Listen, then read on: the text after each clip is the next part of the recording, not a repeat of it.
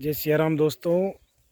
आज हम दोनों भाई, ये देखो कर्नल साहब, आज हम आए हुए हैं हमारे पैतृक गांव पनेर में। और पनेर में भी हमारा पैतृक जो सबसे पहले जहाँ हाँ, हमारे पूर्वजों ने ढाणी बसाई थी, ढाणी बसाई थी, ये कहलाता है ढाणीआड़ा, डेलों की ढाणी। डेलों की ढाणी। और कहते हैं कि मेरे जन्म के समय में लगभग 1983 के आसपास में यहीं रहते थे। उसी समय लगभग यहाँ से गांव के पास में ही ये सामने जो मकान मैं दिखाने हूँ, ये मकान यहाँ चले गए थे।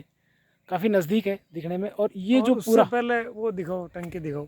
टंकी, हाँ ये टंकी जूम करके दिखाता हूँ। ये टंकी, इसके पास में हमारा पैतृक निवास था।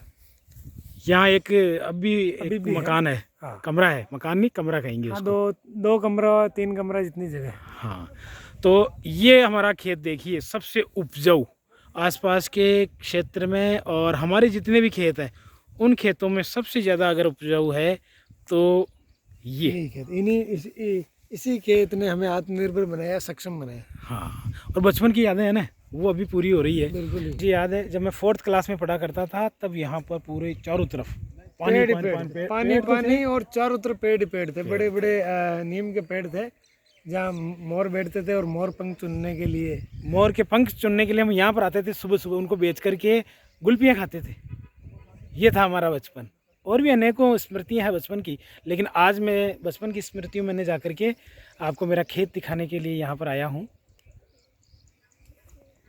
और मेरे दादाजी, यानी हमारे दादाजी 4 भाई, सबसे बड़े दादाजी हमारे दादाजी थे हरलाल जी ढेल। उनके बाद जीवन जी के बाद में रामदीन जी, और फिर नानू जी ढेल। और मेरे दादाजी सबसे बड़े, उनके 4 पुत्र, दूसरे नंबर के दादाजी के भी 4, तीसरे नंबर के दादाजी के भी 4, और चौथे नंबर के दादाजी के 1।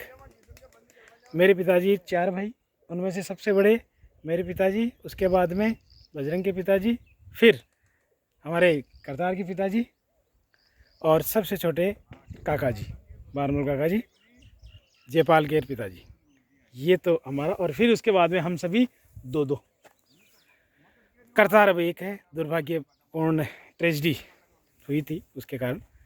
तो खेत हमारा कैसा, और इन खेतों में जो ये क्यारियाँ हैं, ये सोना उगल रही है अभी। ये देखना जल्दी ही सोने में तब्दील हो जाएगी, जैसा कि वो उधर भास्कर साहब की मेहनत। यहाँ पर देखो, ये भास्कर साहब की सोना जैसा चमक रहा हो। हाँ, ये सोने जैसा जो है। और उसके आगे गेहूँ कोने में, वो कन्नों में गेहूँ। और ये इधर कणक जो आड़ी पड़ रही है ना, इसको कणक कहेंगे। हाँ, कणक, ये कणक है, ज़्यादा लंबाई के गेहूँ है। और अब तो आपको लिए चल रहे हैं हम कुएं की तरफ। आप